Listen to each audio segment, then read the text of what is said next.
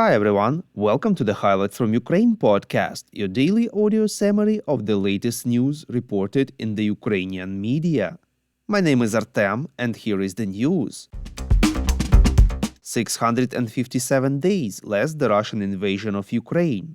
Overnight, Russia again attacked Kyiv with ballistic missiles, reports Ukrainska Pravda. Residents heard explosions before the air raid alarm was even sounded, because these missiles are very fast. According to the local authorities, air defense systems were able to down all missiles, which most likely were launched from the northeastern direction. But as a result of the work of the air defense forces, debris fell in the three left bank areas of the city. A private house caught fire, as well as a balcony on the 7th floor of a 9-story residential building. The facade and windows of the building were damaged as well. 4 cars caught fire in the yard of the house. Residents were evacuated. Victims, mainly with cut wounds, received first aid. In one of the children's hospitals, windows were broken and the central entrance to the institution was damaged. Debris which fell on the road damaged the water supply network. Emergency crews are working on site to promptly eliminate the damage. A total of 51 people were injured, reports Suspilne. 13 of them were hospitalized with injuries of varying severity. Emergency medical care provided to all victims. President of Ukraine Volodymyr Zelensky continued his visit to the US, reports European Pravda. Yesterday he met President Joe Biden. During the meeting, Biden announced a new military support package worth $200 million. The American leader also emphasized the need for the US Congress to approve additional funding for Kyiv, because if this does not happen, it will be a Christmas present for Vladimir Putin. Biden said that he is ready to compromise on the issue of funding for the border security to prevent funding for Ukraine being a hostage. At the same time, Biden told Zelensky that the United States will stand by Ukraine's side even if the Republicans block the aid package. At a joint press conference, Biden was asked whether the US wants Ukraine to defend itself or whether it wants Ukraine to win the war. The president answered, "We want Ukraine to win the war." During the press conference, Volodymyr Zelensky was asked whether Ukraine is ready to cede territory for the sake of peace. The Ukrainian leader called it absolute madness and wondered how Ukraine could simply give up its territories. He also added that he does not know who is talking about this, but he has one question for them. Are they ready to give their children into the hands of terrorists? After the meeting, the president of Ukraine announced Kyiv's goals for 2024. They are protection of Ukrainian people, strengthening air defense, depriving Russian terrorists of air superiority, joint production of weapons, further isolation of Russia and use of frozen Russian assets.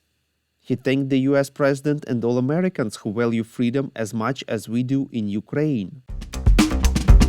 We would really appreciate if you could recommend us to your friends and family, as well as share information on social media. This way more people would learn about the podcast and truth about Russia's invasion of Ukraine. Yesterday, a large-scale technical failure occurred in the network of the largest Ukrainian telecom operator, Kyivstar, reports BBC News Ukraine. Communication services and the internet were unavailable, which affected not only phones but also ATMs and shop terminals, which relied on Kyivstar for connection. Later, the mobile operator confirmed that a powerful hacker attack was the cause of the problem, but assured customers that their personal data is safe. According to the source of Dev Media, the attack affected the core of the operator's system. Kyivstar controls about 50% of Ukraine's market. Alexander Komarov, Director General of Kyivstar, said it wasn't clear when services would be up and running again. He added that the war with Russia has different dimensions. The Security Service of Ukraine opened criminal proceedings on the fact of a cyber attack, including for unauthorized interference in the operation of information systems, treason, sabotage, and waging an aggressive war. The service said that one of the versions is that Russian special services may be behind this hacker attack.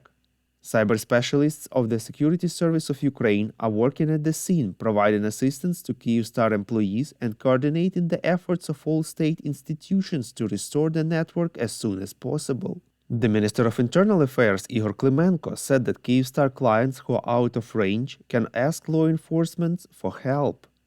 As of yesterday evening, Kyivstar informed that the company's specialists managed to partially restore the services, reports Ekonomichna Pravda. The works continue to resume all of the services. Kyivstar promised that all subscribers and corporate clients who could not use the company's services as a result of the hacker attack will receive compensation. At the same time, Defense Intelligence of Ukraine informed that its cyber units attacked the tax system of Russia, reports LBUA. They managed to break into one of the well-protected key central servers of the Russian federal tax system and then into more than 2,300 of its regional servers throughout Russia, as well as in the territory of the temporarily occupied Crimea. In the result, Ukrainian hackers destroyed the entire database and its backup copies. Russians are not able to restore the system for 4 days already. According to experts, the paralysis in the work of the Russian Federal Tax Service will last for at least a month. At the same time, resuscitation of the tax system in full is impossible. In addition, internet traffic of tax data on the scale of the whole of Russia ended up in the hands of Defense Intelligence of Ukraine. Thank you for listening to the Highlights from Ukraine podcast. We're a commercial initiative of just 2 people and we need your help to grow. Share information about the podcast, rate us in the app, subscribe to our Patreon. With your support, we are getting better. We call on you to demand from governments of your countries to impose the toughest sanctions possible on Russia and its citizens to stop their invasion of Ukraine.